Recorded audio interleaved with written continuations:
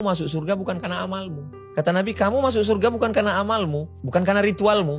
Wow. Lalu sahabat bertanya, engkau ya Rasulullah juga masuk surga bukan karena ritualmu? Bukan. Terus kenapa? Illa ayyataghammadani Allahu birahmatih. Aku masuk surga karena kasih sayang Allah. Jadi kalau kita beramal beribadah itu karena kasih sayang Allah, kan beda dengan karena ketakutan. Mohon maaf jangan tersinggung. Mungkin mental kita mental kuli. Kuli ini tidak hina. Karena mereka adalah orang yang tulus ikhlas bekerja. Tapi mental itu kan kalau saya dapat kerja ini saya dapat apa? Padahal sebetulnya kalau dikumpul semua ritual kita itu untuk menebus surga Tuhan, surga Allah kan tidak tertebus. Bagaimana mungkin seorang Abdul Somad yang hidup 63 tahun, potong tidur, potong kerja, potong ini, berapa persen dari ritual ibadahnya untuk menebus surga yang kekal selamanya? Kan nggak bisa. Terus masuk surga itu kenapa? Karena kasih sayang Allah.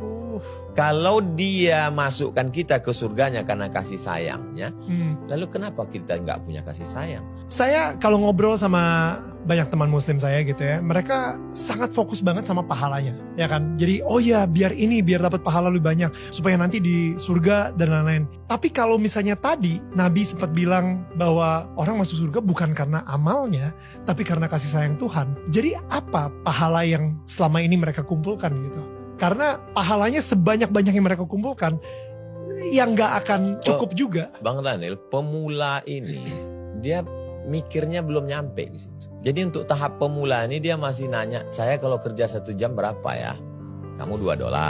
Terus kalau per hari, kalau kerja malam ada bonusnya enggak? Untuk pemula memang begitu. Teknis. Iya. Ya. Kalau dia mau jalan, dia mau mikir, mau merenung, mau belajar, nanti dia akan keluar dari lingkaran pahala itu kepada merindukan kasih sayang. Tapi karena dia jalan di tempat, keilmuannya di bidang yang lain dia S1, S2, S3, pangkatnya naik terus dari golongan 2A, 2B, 2C sampai 4E. Tapi proses pemikiran beragamanya jalan di tempat. Anak kecil terjebak di tubuh orang dewasa, berbahaya. Kalau kamu nggak sholat masuk neraka. Kalau kamu minum masuk neraka. Kalau kamu mau masuk surga berarti kamu mesti banyak baca Quran. Itu tidak salah bagi pemula. Toh kita juga dulu diajarkan orang tua kan begitu. Nanti kalau kamu juara kamu dapat hadiah ini. Kalau kamu nggak naik kelas subsidi silang putus. Pemula. Tapi setelah kita dewasa kita tidak lagi melihat itu. Semua kita berikan kepada orang tua, kenapa? Cinta. Ambillah ini semua, Mak. Apa yang mau nih ambillah. Kenapa?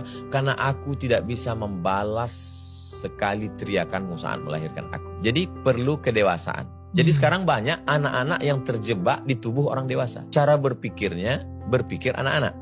Tapi dia tubuhnya sudah dewasa. Saya pun juga dari awalnya juga begitu. Nanti kalau gini dapat pahala ini, kalau ini dapat pahala ini. Tapi lalu kemudian kita berproses sampai pada puncaknya adalah semua yang kita lakukan ini untuk turunnya kasih sayang Tuhan. Supaya dia sayang sama kita. Kalau dia sudah kasih sayang sama kita, maka semua dia beri. Kalau kita hanya berharap pahala, yang dapat cuma pahala. Tapi kalau kita berharap kasih sayangnya, maka semua dia beri. Ada orang tua.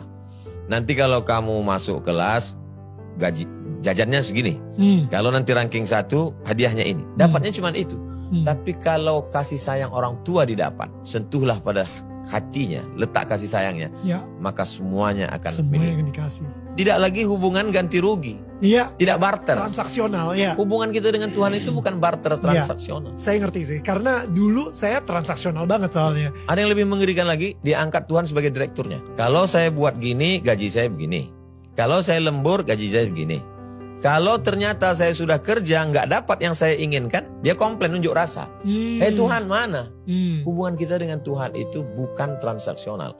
Hubungan kita adalah kepasrahan. Menerima pun. Bukankah orang yang dicinta menerima apa yang dilakukan pencintaannya?